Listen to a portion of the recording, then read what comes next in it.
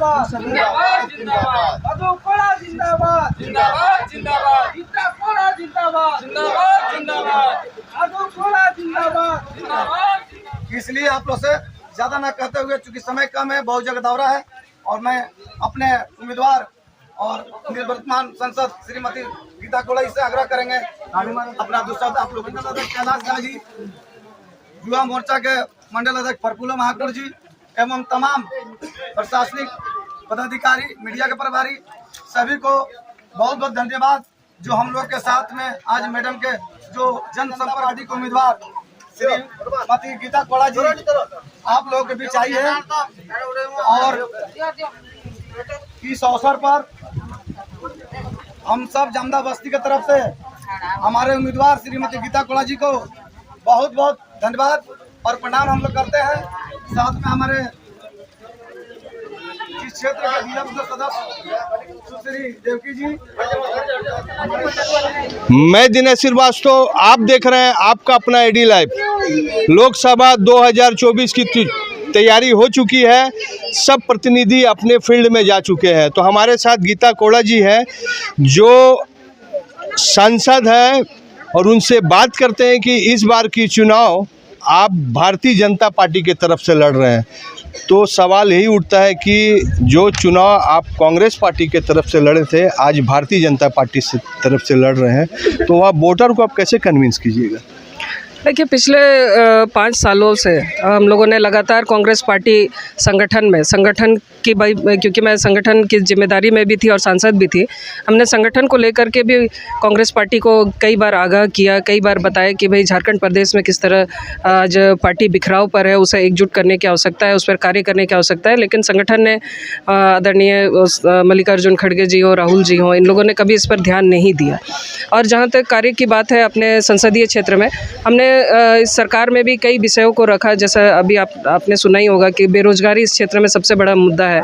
यहाँ माइंस जो एक समय में 30-30, 40-40 माइंस चलती थी, आज वो पूरी तरह से बंद है और यहाँ बेरोजगारी चरम पर है, लोग यहाँ से पलायन कर रहे हैं। आज यहाँ की स्थिति काफ़ी दयनीय है। लोग यहाँ पर जो बुनियादी सुविधाएं होनी चाहिए, जैसे पानी भी लोगों को नहीं मिल रहा है।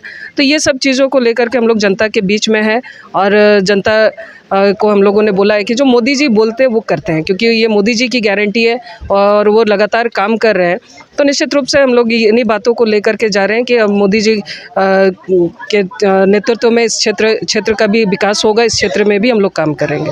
मैडम, आपने अच्छा बोला कि विकास होगा, लेकिन आपने जो संसद में जो सवाल उठाया वो रेल के ऊपर अधिक उठाया, तो क्या इस चीज़ के सवाल उठाया थे कि यहाँ बेरोजगारी के लिए, यहाँ के समस्या के लिए, यहाँ की जो सबसे बड़ी चीज़ है कि यह जो क्षेत्र है जमशेदपुर से बहुत दूर है, उड़ीसा से भी बहुत दूर है, यहाँ हेल्थ का सुविधा, मेडिकल का, स्कूल का, कॉलेज का, ये सब का चीज़ आपने ध्यान दिया था, सवाल उठाया था संसद में? बिल्कुल हमने उठाया, और मैं आपको बता दूं कि इस क्षेत्र में अब यूनिवर्सिटी है, कॉलेजेस है, कई सारे कॉलेजेस अब चल रहे हैं। गवर्नमेंट ने दिया है 2016 में रघुवर दास जी के समय ही हम लोगों ने इस क्षेत्र में कॉलेज किया है, चाहे वो नौमंडी का कॉलेज हो, मनोहरपुर में है, जगन्नाथपुर में है, इधर मझगांव क्षेत्र में है। तो कई कॉलेजेस अब चल रहे हैं, क्योंकि यूनिवर्सिटी है तो यहाँ चल रहा है कॉलेजेस। और जहाँ तक आप और अन्य चीज़ों की भी बात कर रहे हैं, रोजगार की हो या हेल्थ सुविधाओं की, तो ये मैं ही थी जो 2008 से लगातार हम लोग इस क्षेत्र में मेडिकल कॉलेज हो करके हम लोगों ने संघर्ष किया, और आज वो चाईबासा में वो मेडिकल कॉलेज बन रहा है। अगर इस बार आप 2024 जीतते तो और क्या क्या चीज़ को आप इधर की कंप्लीट कीजिएगा? हमने कई बातों को रखा है इस लोकसभा में।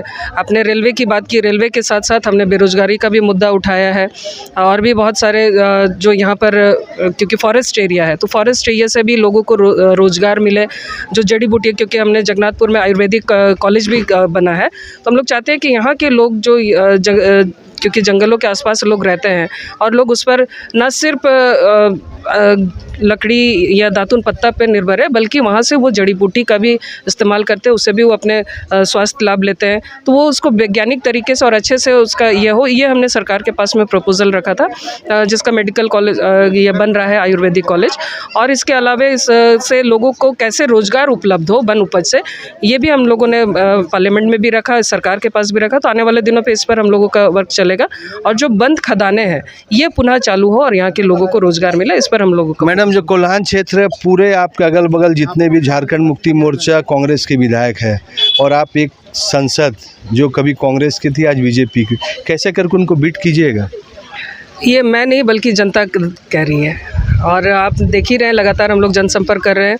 पिछले 1 महीने से मुझे लगता है कि मैं 150 से 200 के करीब हमने गांव का दौरा किया है और लगातार लोगों का अपार समर्थन मिल रहा है, प्यार मिल रहा है, आशीर्वाद मिल रहा है। लोग चाह रहे हैं मोदी जी को पुनः प्रधानमंत्री बनाने का और ये जन समर्थन कहीं ना कहीं इस बात को दर्शाता है कि लोग मोदी जी के समर्थन में है, मोदी जी को दोबारा वो प्रधानमंत्री के रूप में देखना चाहते हैं और यहाँ से निश्चित रूप से हम लोग ये सीट जीतेंगे और आदरणीय मोदी जी को समर्पित करें। एडी लाइव के वीडियो को लाइक कीजिए, चैनल को सब्सक्राइब कीजिए। एडी लाइव की पूरी टीम की ओर से सभी को धन्यवाद। जोहार।